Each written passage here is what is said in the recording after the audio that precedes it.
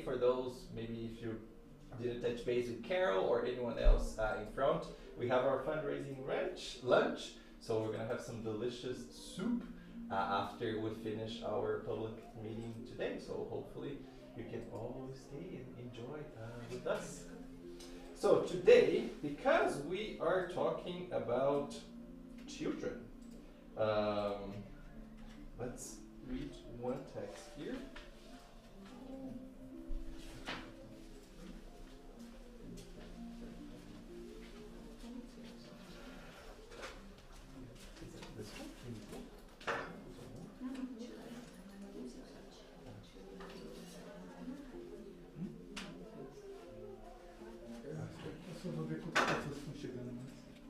Thank you, boy.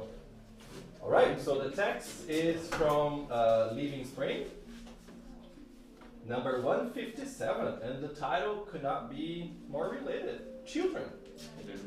And the passage is from Jesus in Matthew, chapter 18, versicle 10, that says, "See that you do not despise one of these little ones." When Jesus said not to despise little children, he was expecting from us not only providential measures having to do with bread and clothing. It is not enough to feed starving little mouths or to cover cold little bodies. It is essential to provide them with moral shelter, which guarantees the reborn spirit the work environment needed for its sublimation. Many parents guarantee their children material comfort, but relegate their soul to lamentable neglect. Truancy in the streets produces delinquents who end up in prisons or mental hospitals, but spiritual laxity in the home creates social demons of perversity and madness, who, aided by money or social status, often spend much time spreading misery, suffering, darkness, and ruin with deplorable impunity before earthly justice. Therefore, do not despise children by handing them over to the impulses of the animalized nature. Remember that all of us are being educated and re-educated before the Divine Master. A plate of food is important for a person's growth, but we must not forget that man does not live by bread alone. Let us remember children's spiritual nourishment by means of our attitudes and examples, warnings and corrections at the right time, for to abandon them morally in their tasks of today will be to condemn them to self-contempt in the works that will be accountable for tomorrow. All right. Let me scroll a little bit here. Yeah.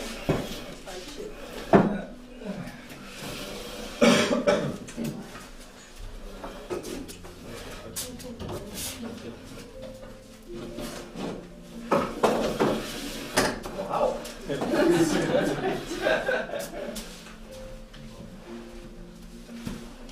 Cool. So let's start with our prayer. All right. Let's find a place, a comfortable position in our chairs, and let's raise our thoughts to our God, to our Father, to our Master Jesus, to each one of us, of our spiritual guides, to the spiritual team of FSS, and as always, express our deepest gratitude. Gratitude for being here one more Sunday morning. Gratitude for all the blessings of Spiritism and how this consoling doctrine help each one of us, providing all the knowledge that benefits us in our moral evolution. Be thankful for this house, for the second home of love that is FSS, and ask that today we have one more blessing Sunday morning. One more morning where we can reflect, especially this morning about children, about our role with children, even if they're ours or if they are from someone else, or in our family.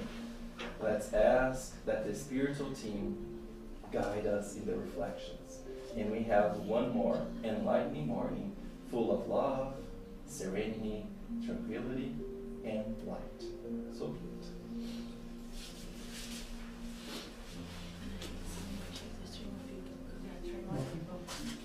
Fazer uma segunda fila ali, fazer a segunda fila.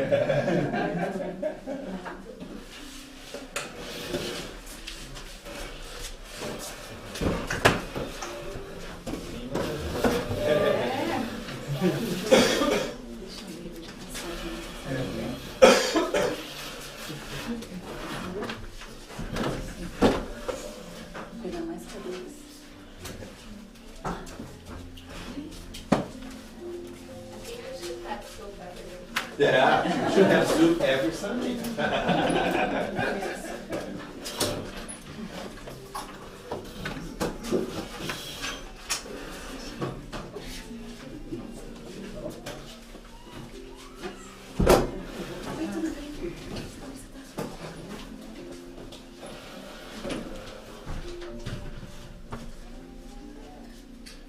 All right, so welcome everyone. Today is an extra special Sunday for us. As I mentioned, we're going to have our soup, but today, our soup lunch after. But today is also special because you might have seen in our social media that we will be starting our Children and Youth Spiritist Education. And today we have here our team, the volunteers that will be conducting this work. We'll be starting next month, March 5th. That's the first Sunday of next month. And we thought that we would bring some reflections about what is the importance of teaching Jesus' teachings to kids, to children, to youth. What is that about that? Or what is the role of an adult in the life of the children? And it can be an adult as part of the family, or it can be as a parent, or maybe it's an adult that is directly related or connected to that children or to that youth. So that's kind of the goal of our meeting today, just to enlighten or to shed some light and gain a little bit of more knowledge of what is it and what is the importance that each one of us as an adult play with those children. So today we're joined here with the team, so I'll be part of it, and maybe we can ask whoever is part to introduce themselves as well, so we know the FSS Children and Youth Spiritist Education team. That's a mouthful. Sonia? Yeah, let's start. I'll be part of the team. My name is Sonia. I've been with FSS since 2016, 17. So I was part of the Spiritist Education for children 2 years or 3 years ago when before COVID started. So we had many children here, but after the COVID we had to stop everything, so we could not keep going. But now we are bringing back this activity that is so important for us and for our children, because this is the future of FSS, of themselves, to have a better life, a life with more purpose, more meaning. So to please myself and next one. I'm Anna. So I can stand for long today. I've been with FSS mostly from the beginning. I don't even remember how old this time. Again, it just, as Sonia said, how important it is this to help the little children to get the virtues and to be in a safe environment for them to express themselves. And it's going to be my first experience with children education in a Spiritist center, but I have experience with children, so I hope to bring that and learn with the other instructors and with the children. Here at the FSS, I am in the mediunistic department and a little bit everywhere. Yeah, thank you. Moa, I've been with FSS for 6-7 years since we moved to Calgary, and I also was part of the previous team that was working with children and youth education. I had more experience with youth, mocidade, back in Brazil, than with children, but we hope that our children start to grow and then and I know for those that already have teenagers here, it's even more difficult to incentivize them to come to the Spirit Center, right? So the idea is try to create an environment that they will be comfortable to be participating, right? So we hope that we had the opportunity to have very soon Mocidade here as well. And maybe do some activities different, like theater that I used to do a lot back in Brazil. So I hope so. Let's see. Well, I want to introduce myself. My name is Anna. I'm very young and new here at the FSS, and I'm here to help those kids and youth because I know how helpful it was for me when I was a kid. I'm very, very young. I just like came out of this classes, and I know how much I learned with that, and I know how helpful it could be for the kids. So yeah, I just want to help. Awesome. Thank you. And we also have Carol, my wife there, that will be part that taking care of our children. And We also Priscilla have Priscilla and Daisy that could not be here today. So it's a big team. Yeah. So today we're going to start with, I don't know if you all know Spirit Mei Mei. Spirit Mei Mei is a spirit that worked a lot with Chico Xavier, and Chico psychographed a lot of messages that are very focused on children and youth Spiritist education. So there's a lot of wealth of knowledge there, and we took one that really kind of touched our heart from that message that really talks about the core goal or the core purpose of investing time in enabling those children to know Jesus and what is kind of the role that we play in their life. So Mei Mei starts saying, a child is the tomorrow requesting our fraternal support. A blooming seed is the tree of the future which will produce according to the quality of our sowing. So here Mei Mei starts already with that future focus kind of theme and the importance, as we've been talking about virtues and how virtues are all inside of us and all those seeds. It doesn't matter if it's a kid, us, or adults, or no matter the age, we all have that God's essence inside of us. And the children, as you're going to see, is just in that super early stages that is all malleable, and it's all waiting for the adults and whoever takes care or are part of that life's child to shine that light and kind of water that seed to flourish to the best that child can be. And I'm going to invite everyone of the team if you want to add extra comments as we go through it. And she says, a blank book will later unveil that we have written on the pages today.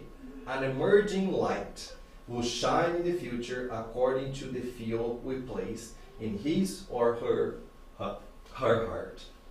And we kind of bolded the blank book because we can make a comparison. Sometimes as an adult we say, I just turned a page of my life.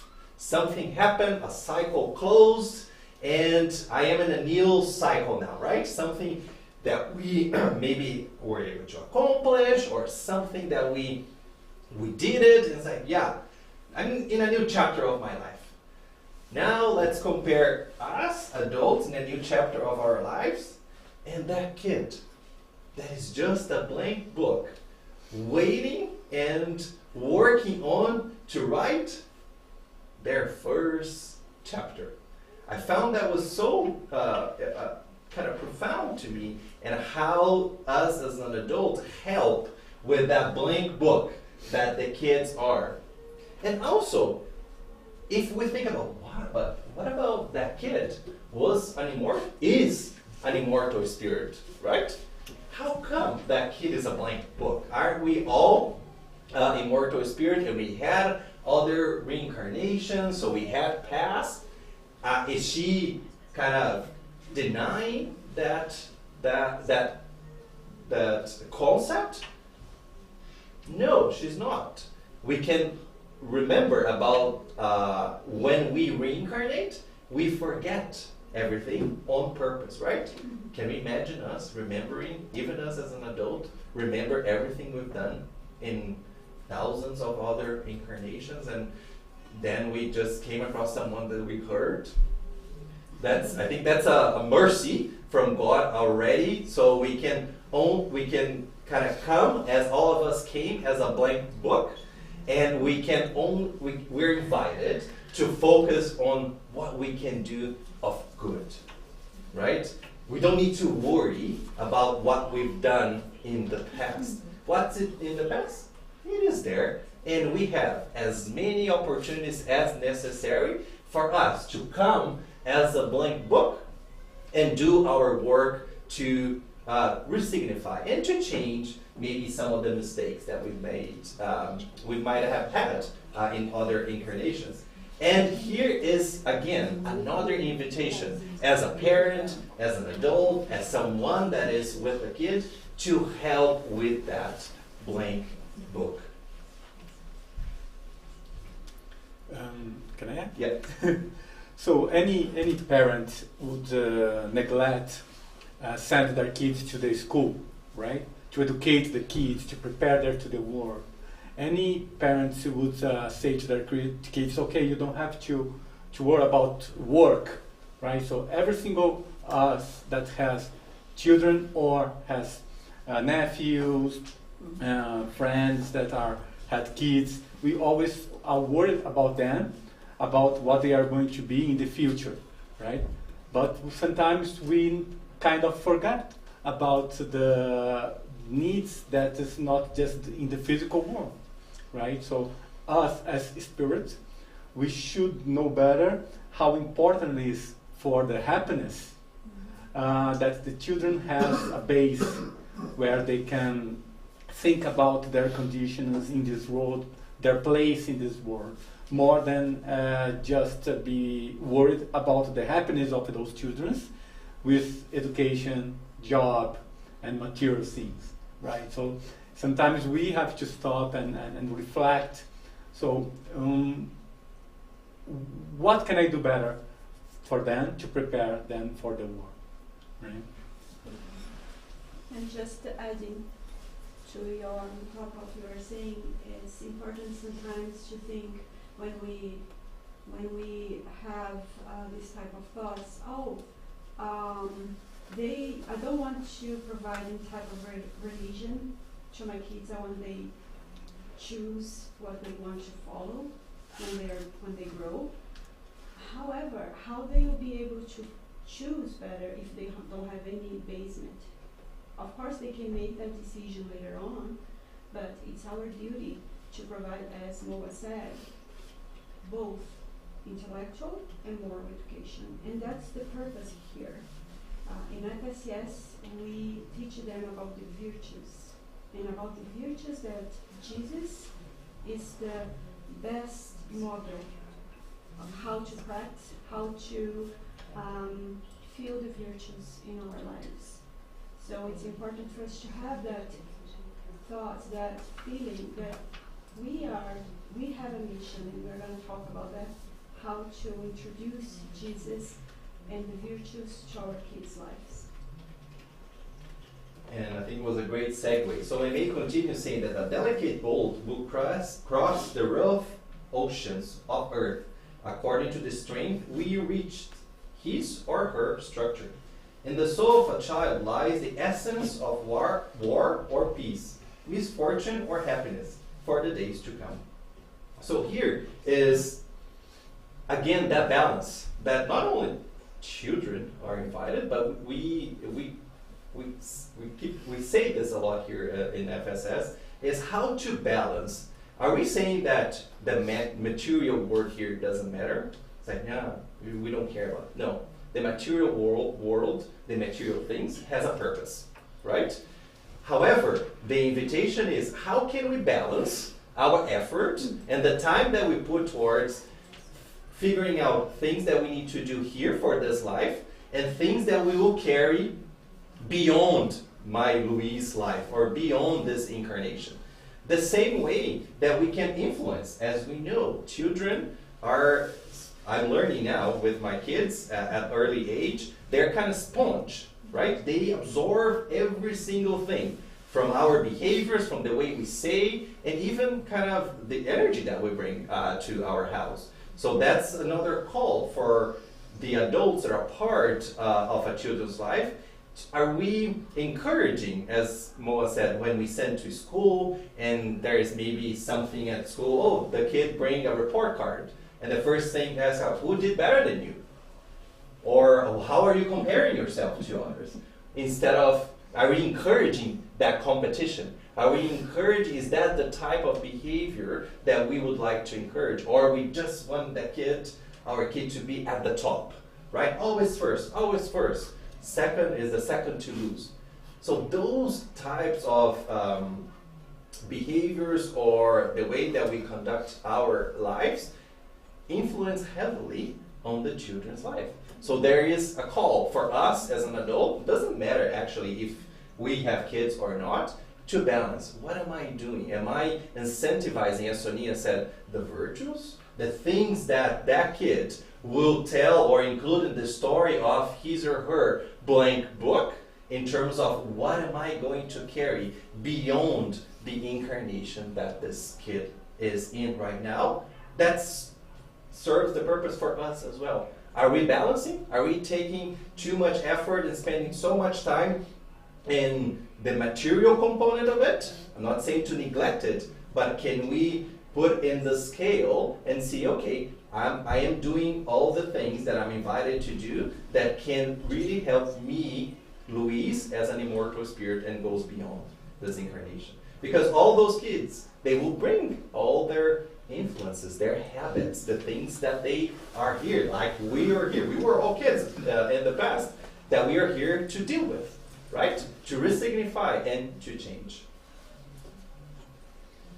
Thus, leading the young spirits to the better understanding of Jesus means devoting our lives to the most sublime experience in the world, the service of humanity to our fellow men on the road to ever after redemption.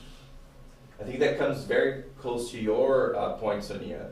It's like, I want to let the kid to decide in the future what he or she would like to do, but how he or she will understand if he or she doesn't know who is Jesus or who is God.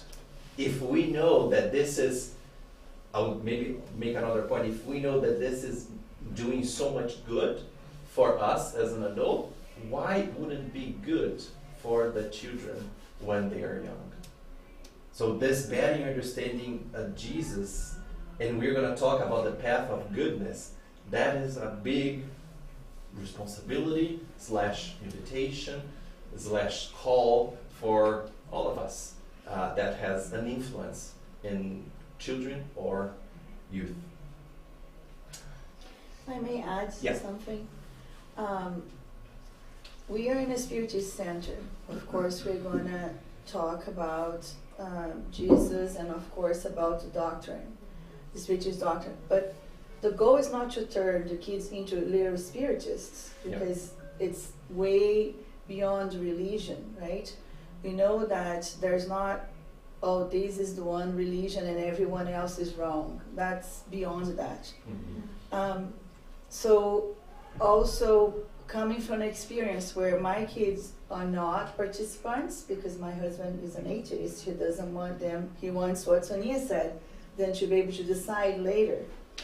So I understand his side, but and they see what I bring home, right? You see my experiences, but at the same time they are not exposed to this from little kids. It does make a difference. It's not that they cannot decide in the future, they can, but the path could be a lot easier for them if they have some knowledge. Even if in the future, let's say your kids are here, and in the future they decide to turn to a different religion, but they have that base, so that is the important thing. Sorry, just want to share a little bit of my personal experience, understanding both sides. Yeah. But again, just because you are part of this doesn't mean your kids are necessarily going to be little spiritists in the future. They may stay, they may do something different, but they have this base, they will have that base of knowledge, that experience. I think it's about that seed, right? Yeah, The seeds exactly. are there, and we put some, we kind of fertilize that seed. We fertilize that seed and encourage that seed to grow to whatever direction it can go. Can I add something? Yeah. I'm gonna talk about my experience as a kid that went to these classes and stuff. I know how lost I was. In that age, I was like 8 or 9 years old, and I know how bad it was for me to not have this kind of good influence, this good example for the kid. I know how bad it is and how good it was to have this knowledge coming from like good people trying to help, trying to be this like a best friend that is a good influence to these children. And also we can go to the root of the Spiritism doctrine. Yeah. The Spiritism doctrine, we don't have at the end a checklist. For you to have peace, you follow 5 steps. For you to have discernment, you have 6 steps. There's nothing. The Spiritist doctrine does not dictate anything. It just says, okay, this is what happens. We know there is the law of cause and effect. For everything, there is for every action, there is a reaction. There is the importance of love. There is the importance of charity. But there's no kind of guide, step by step. And we can do whatever we want. We have, actually, the Spiritism doctrine tells about the law of free will. We can do whatever we want, as long as we know. That's a great point, right? Yeah. Because we are teaching our kids about the divine laws, which is the nature's law. So they will be able to have a good discernment of what choices are better for them or not. Yeah. And consequently, to their humanity, they're going to have a better humanity in the future. Yeah. And I think that's part of this. We keep hearing we are in the world of regeneration, right? But someone else will do their part. Right? Someone else or something magic will just pop up and the switch will turn and we will become in a world of regeneration. We don't know. We know this. It's not like that. It's every 8 billion people that we have on this earth doing their own part. Yes. Right? Starting with the person in the mirror. Yeah, starting with the person in the mirror. Like that's us. Yes. So let's talk a little bit about here's a little bit more focus on the parenthood, the parents of the kids or the guardians. And there's a question, 582 on the Spirit's book. Can parenthood be considered a mission? It's like it is, without any doubt, a mission. And at the same time, a very great duty that involves parents more than they might think concerning their responsibility for the future. I'm still personally digesting this answer.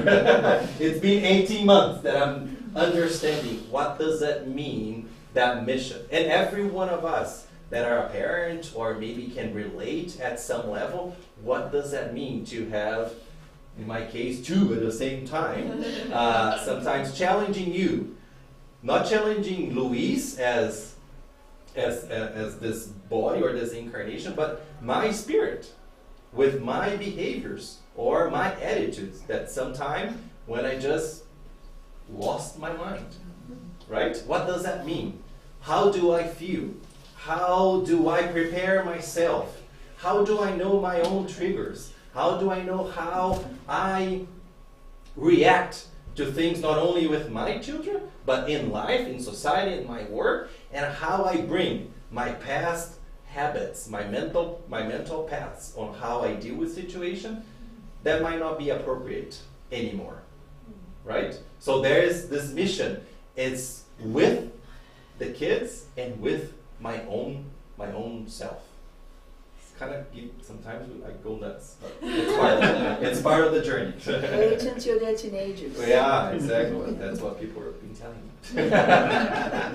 And that's very, very important to understand, because as Emmanuel says, that words are important, but example drags. So it's important for us not only say what they are supposed to do, but mainly do what is correct. So they will be, like we said, is absorbing everything, what we say and what we do. So not only as parents, but as people on the street, working with them, it's important for us to have that knowledge that we are being watched and what we are showing as example of human beings. Right? And he continues, God has placed children under the care of their parents so that they may guide them to the path of goodness, and has facilitated their task by giving children a frail and delicate organization that renders them accessible to all sorts of impressions. So that's kind of that reference that Meme makes to the blank book. And the dedicated book. It's dedicated book. It's so delicate. Everything we might not even know. I might not even know maybe the reaction that I had with my wife, with someone near me, or with them. It's very, very fragile, right? But at the same time, it's very, it's not easy the word, but it's, they are all receptive to all those impressions, right? So they're there, that blank book, so we can do our best and the better of our behaviors and attitudes to influence them. And what is the guide, right? It's saying that to guide them on the path of goodness. What does that mean? What do you think? What does guide them on the path of goodness mean? Do you know everything? Are we perfect already as parents? No, but I guess we have lived a little bit longer. We have made more mistakes and hopefully learned from them. Yeah. And we're still learning. So. But God wouldn't be fair if He'd say, yeah, you guys figure out. Yeah. He, through the doctrine, through Spiritism, there is something that tells us the direction of, or tells us the characteristics of the path of goodness. Anyone? A guess? Oh. It's a question in the Spirit's book that talk about it. Our greatest model is Jesus. Exactly. What is the perfect standard that God has offered to humankind as a guide and model? Look at Jesus. I think that's one of the shortest answers of the Spirit's book.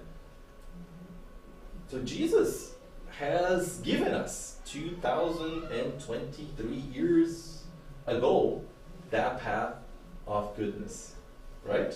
The Spiritism doctrine came to help us, because we have kind of maybe forgot, misinterpreted, and gives us a little bit of more light and explanation. And as Kardec said, not because he, with the spirits, codified the 5 books, that the doctrine is that.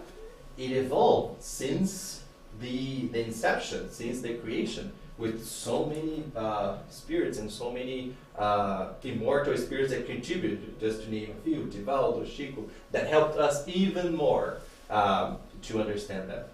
But the path is leading those kids, just the kids, starts with us, right? Understanding that path of goodness of Jesus. And he continues that Jesus is the highest standard of moral perfection to which humankind may aspire on earth. God offers him as the most perfect model, and the doctrine he taught is the purest expression of God's law, because he was animated by the divine spirit and was the purest being that has ever walked the earth. So here the spirits are, if you have any doubt that maybe, I'm not sure if this guy Jesus is the one that or he has all the qualifications or the resume that is required for me to follow, the spirits clarified and help us understand and everything that Jesus did throughout his journey here on earth, all the parables, passages, and everything that, and even if you read the Good News of Boa Nova, not only the hard facts of what happened with the passages or the parables, but all Jesus' behaviors, demeanor, and how he was kind of with his eyes. Humberto de Campos, when he describes the chapters, he always brings how Jesus behaved and how he said something, how he comforted someone when going through something, when he was explaining his teachings. It's always that sweet eyes, that sweet voice, that serenity, that thing, that those qualities or those virtues that we can all aspire to one day accomplish. And we know that we will accomplish one day. That's the only thing that the Spirit's doctrine said. We will all get there. It's a matter of time. Yeah, it's a matter of time and the effort that each one feels like they want to put in their incarnations. It's simple as that. Let the little children come to me, and do not hinder them, for the kingdoms of heavens belong sort of this. Deixai-vos a mim aos pequeninos. And that's what is interesting here, because we can see that this explanation that Kardec puts on the question 625, that Jesus taught us the purest expression of God's law. So that's the importance that we are here today. Talking about the God's law, right? The law of freedom, the free will, the law of cause-effect, the law of love. Because this is so important for our kids, and to understand, and for us as well. Because most of the time we don't have a good discernment, but if we think about the God's law, what is the best choice here? This is something that is the decision that I want to make involves the love, the charity, and the just. So it's good for me and it's good for my neighbor. We are going to make good choices, and that's the point. When we are here teaching kids, we're going to help them to understand a little bit better the God's law, and having Jesus as the greatest and the purest and the most perfect model, that they are able to do what they are supposed to do. They are able to develop their virtues as well as Jesus did.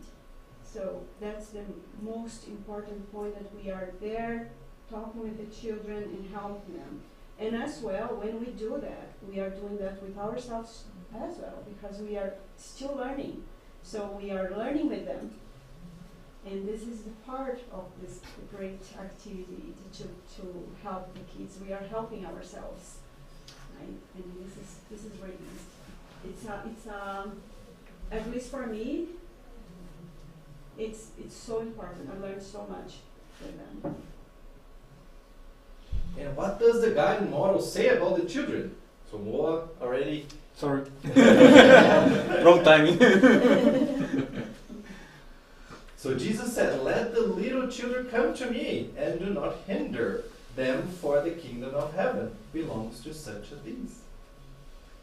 But what does he mean by hinder? How can we hinder? How can we hinder a kid to come to Jesus? Os portugueses hinder, atrapalhar ou colocar um obstáculo para as crianças ir até Jesus. There you go. How can we hinder?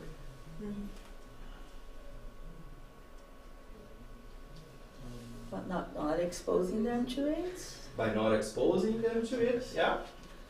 What else?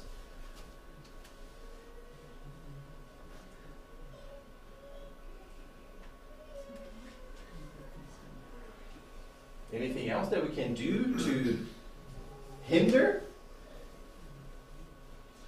Maybe not set a good example. Not setting a good example. And it's okay sometimes that if the first example didn't work, then we say, that doesn't work. Let's try again. That doesn't work quite as I thought. Let's try again. Right? It's part, because we have to recognize we're learning as well. Yeah. Right? We are on this journey with them.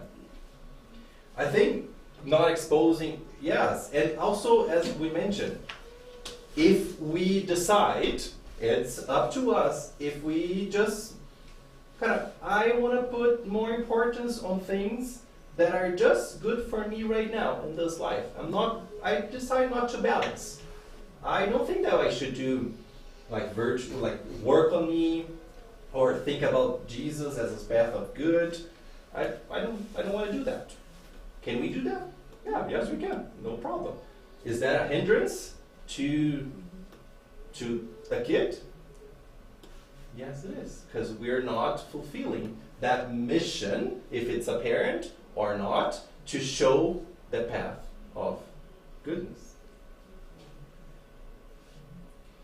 And how do we answer Jesus' appeal effectively?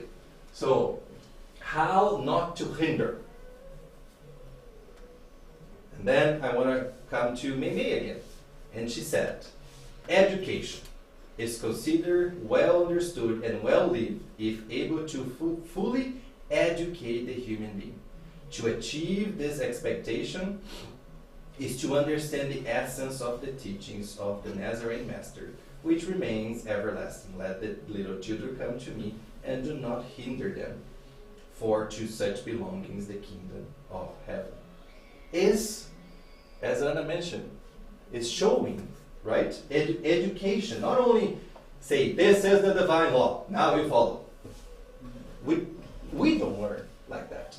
And when we go and teach, when we facilitate, let's say, the children, it varies, right? For example, with my kids, 18 months, they are on a level of abstraction that is so abstract, right? We have to understand the audience that is different from the other kids that maybe are 10 years, 7 years old. So there is that, and that's maybe to the point that Sonia, we learn as well, how to navigate the different audience of the kids. How are they at that point in time with that age, whatever that age is, to facilitate that knowledge, right? But Claudinha is, she is from the Spiritist Center in Edmonton. She's, my God, she has been such a blessing in helping us with this work. And one day I was kind of worried, it's like, okay, but what is the step-by-step, the activity, what text should I follow, what activity should I follow?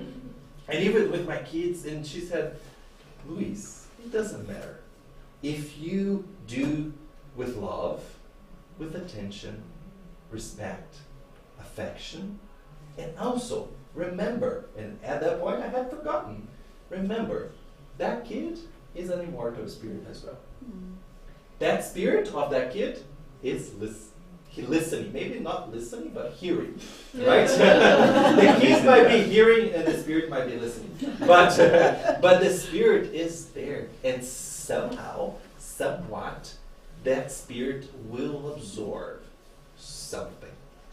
That really, okay, that kind of really tranquilized me a little bit, right? Because we can do so much to facilitate within that 45, 50, 1 hour time that we have with the kids.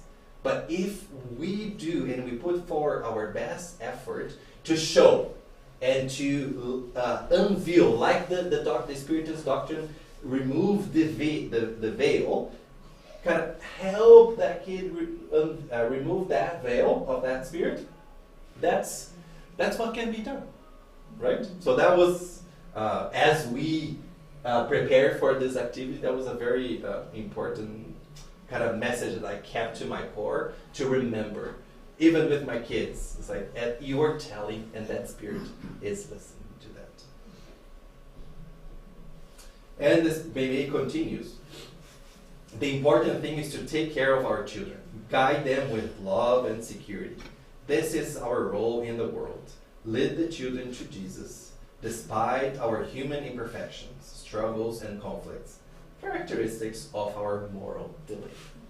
And I kind of established a parallel here. When I was invited to be part, to be here and talk about some topics of the Spiritist doctrine, I said, I'm not sure. Like I'm not a good spirit yet, or I have so many flaws. How am I going to be there in front of other people to talk about? And then, as we came together as a group, it's like, but that's one of the mechanisms that you can use, Luis, to help with your journey, whatever the journey that you are in is. That is where you learn as well. If we wait until, like, I want to wait in perfect conditions until I am a spirit of light, and then I'm going to start doing the work. That's not how it works, right? In the same way, we have our moral imperfections with the kids as well. But it's important that together with the kids, we're learning, because I bet you, and I've heard, there are so many questions that they ask that sometimes really like, ooh, hey kiddo, I have no idea, how am I going to answer some insightful questions? And that helped myself or whoever is doing that activity as well with our own moral journey. Anything else, guys? We're almost there. No?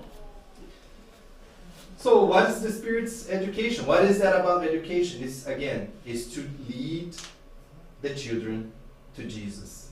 And how we can do that is teaching them moral virtues and to love God, understanding the divine laws. It's simple, right?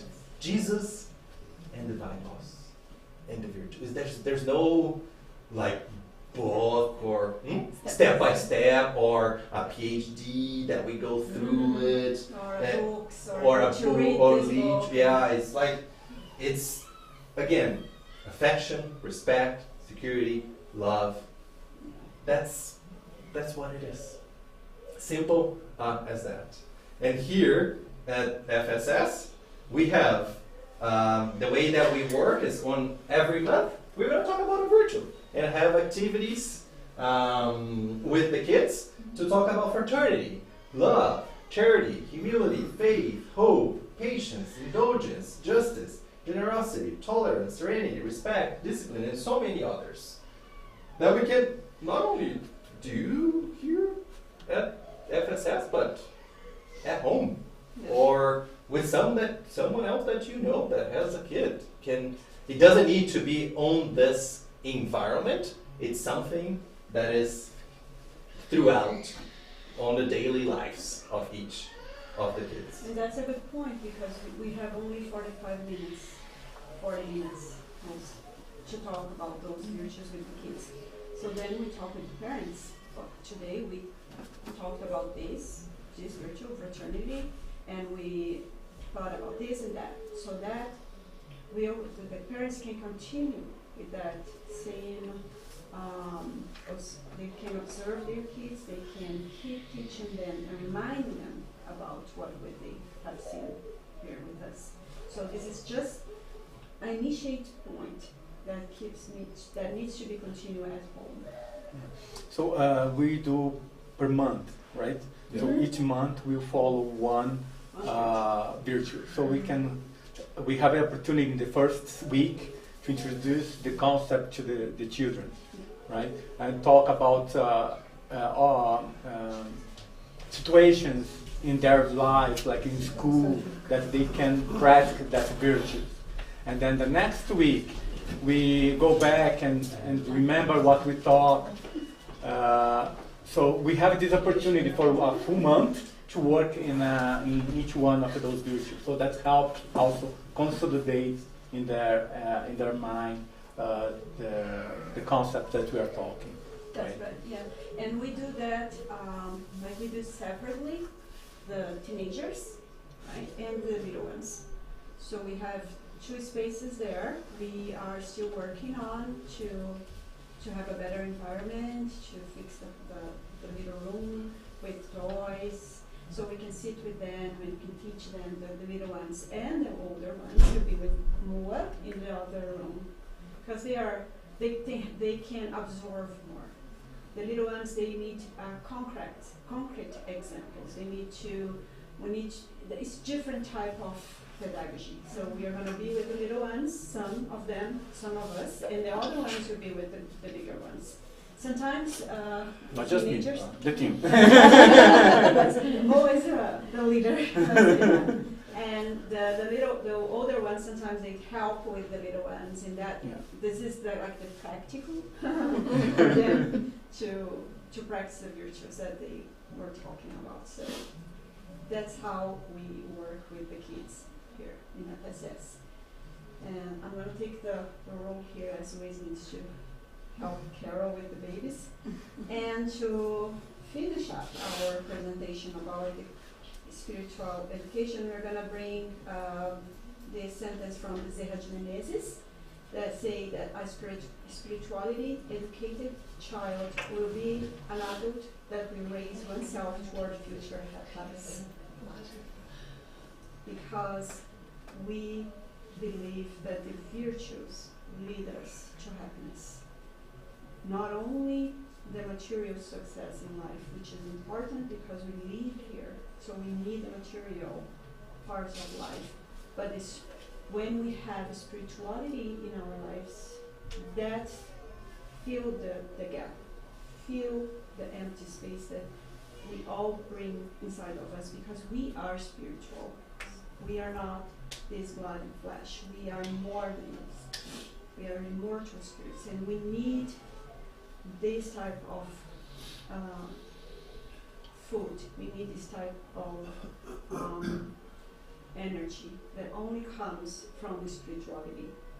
And that's what Bezerra is saying, that spirituality, educated child, will be an adult with to raise oneself toward future happiness, because the life will have much more meaning to them.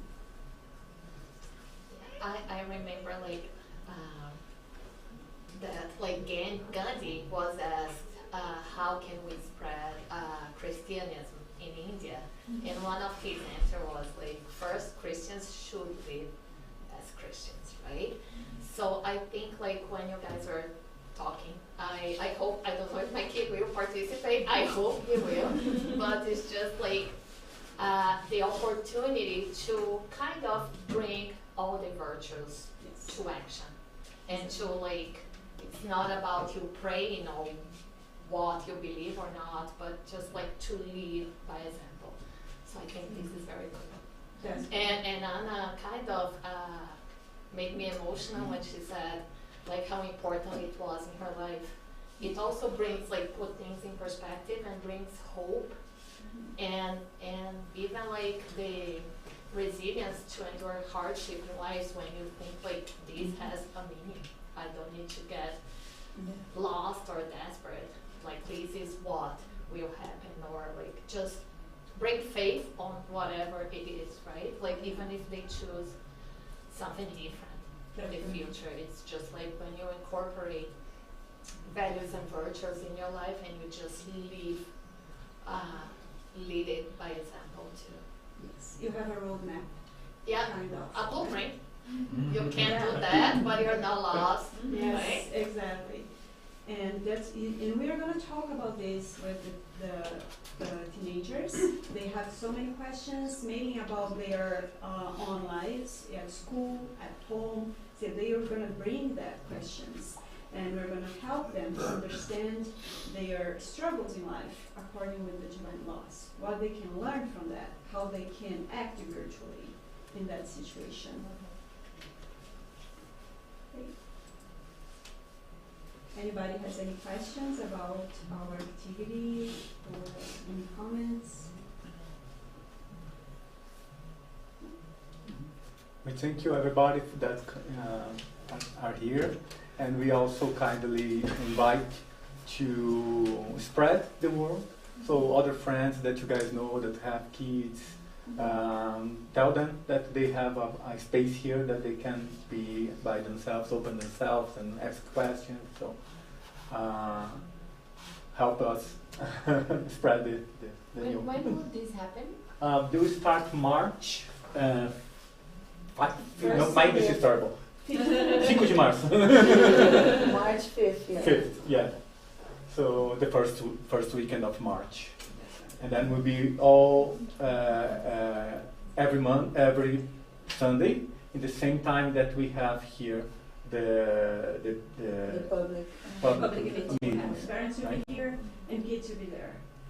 Okay. So that's good because you don't need to come to bring them another day. Like you can come together as a family, Yeah. and the parents will be watching the public meeting while the kids will be there having the evangelization school. What is the age cut between the kids group? Well, we normally keep the little ones, like the 18 years old, the babies, Oh, I see. together, and then until like 7, 8 years old in another group, and then the 9 or 10 years old up with Okay. the other ones, because they need different type of approach. Yes. Toddlers are welcome if the parent is there as well, right? So we Yes. can not be responsible, or Yeah, we it shouldn't is have too many hands Yeah. to help. But that is good for them as well to have this to be exposed, right? to be exposure, to be in the same Yeah. room, right? So we invite the parents are invited to bring the toddlers as well and stay with us. The babes. The babies, yeah. Okay. And the language? And then after the same as us here, after the speech, we will have the passes, and then the children are going to receive as well. Yeah, we're gonna bring them, they're gonna receive the passes as well. And the language will be according with their needs. Like if it's a kid that's just got here from Brazil and doesn't speak English very well, we speak in Portuguese with them, and if it's only English, we try to speak in English as well. We're gonna try to accommodate all the needs. Depends on the kid. We hope to have at least 2 facilitators per room, right? So we always have someone that is talking, and then someone that is helping as well. So we should have 2 or 3 per room helping the activity. So that's why it's important for us as well to have more volunteers. If you guys want to join us, so it's always welcome as well to be part of the team. Okay. All right. So let's do our final prayer now, and then we're going to go for classes.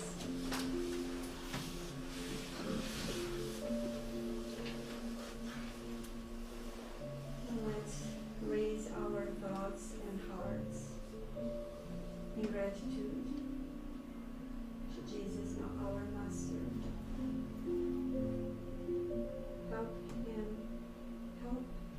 Asking Him to help us with our struggles in life, with our mission as parents or guardians, or even as examples for the kids, for the youth. Maybe nowadays there's so much invitations out there deviating them from the goodness path. Let us pray that God be with us, helping us with our activities here in the FSS, helping us at home to be that example,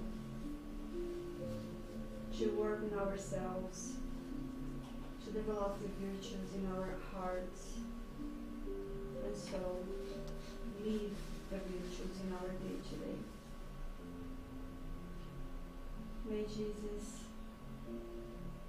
bless us for the rest of the week, that we can have peace and love in our hearts, and so do our part to help this world to become a better world, become better ourselves.